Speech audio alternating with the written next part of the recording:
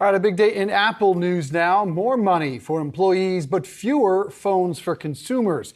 Apple will reportedly make the same number of iPhones in 2022 as it did last year, or around 20 million fewer than analysts expected.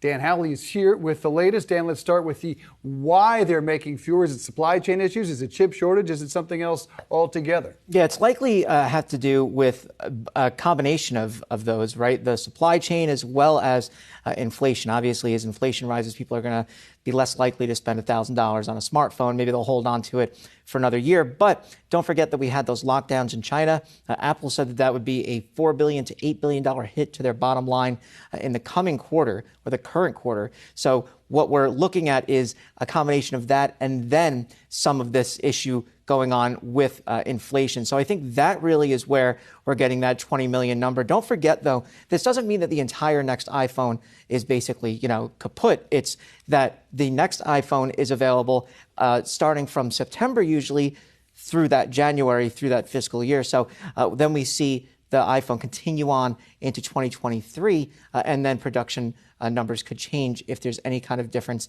in kind of the economy at that point as far as inflation goes. So I don't think that number necessarily portends anything particularly bad for this phone. I just think that, the economy is going through a lot of issues right now. People are dealing with a lot of their own private issues as far as inflation goes in their own spending. So I think that's where this 20 million number comes in. And speaking of inflation, we've seen a couple of companies being forced or being pressured to raise their pay. Now, Apple, I don't know if they were pressured to, but Apple is coming out saying that they're actually going to pay their employees more. What do you make of that move? Yeah, I think this is basically a way for them to almost bow to pressure that employees are putting on them in both Apple stores as well as at the corporate offices, right? There's a return to office mandate that Apple had put in place 3 days a week. You have to be inside the office. A lot of employees pushed back on that.